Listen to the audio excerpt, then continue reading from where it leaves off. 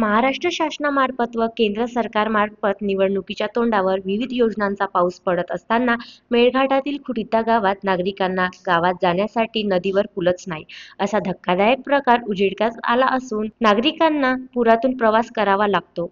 गावात कोणी आजारी पडले किंवा महत्त्वाच्या कामासाठी नदीतील पाण्यातून किंवा पुरातून प्रवास करावा लागतो। नागरिकांचा जीव धोक्यात घालून प्रवास करावा लागतो। खुटिता या गावातील लोकसंख्या 400 ते 500 इतकी असून चिखलदरा या तालुक्याच्या ठिकाणावरून ते गाव 150 किलोमीटर अंतराच्या आसपास आहे। एकताई ग्रामपंचायत मध्ये हे गाव येते। एकताई व खुटिता या गावाच्या मध्ये खंडू ही मोठी नदी आहे। या नदीला पाण्याचा प्रवाह खूप मोठ्या प्रमाणात राहतो। तरीही या गावातील नागरिक या नदीतून प्रवास करतात, मात्र तरीही प्रशासनाला जाग येत नाही। केव्हाही पुरातून वाहून जीवितहानी होऊ शकते, मात्र संबंधित विभाग लक्ष देत नाही। ही शोकांतिका आहे। या गावाच्या चारही बाजूने जंगल आहे। या गावातून प्राथमिक आरोग्य केंद्र सुद्धा दूर आहे। ग्रामीण रुग्णालय ही दूर आहे। तालुक्याचे ठिकाण तर 150 किलोमीटर अंतरावर आहे। अशा परिस्थितीत गावातील नागरिकांची तब्येत खराब झाली तर गावातील नागरिकांना जीव धोक्यात घालून प्रवास करावा लागतो। नदीतील पाण्यातून प्रवास करावा लागतो। अशी भयानक परिस्थिती सध्या या गावात आहे।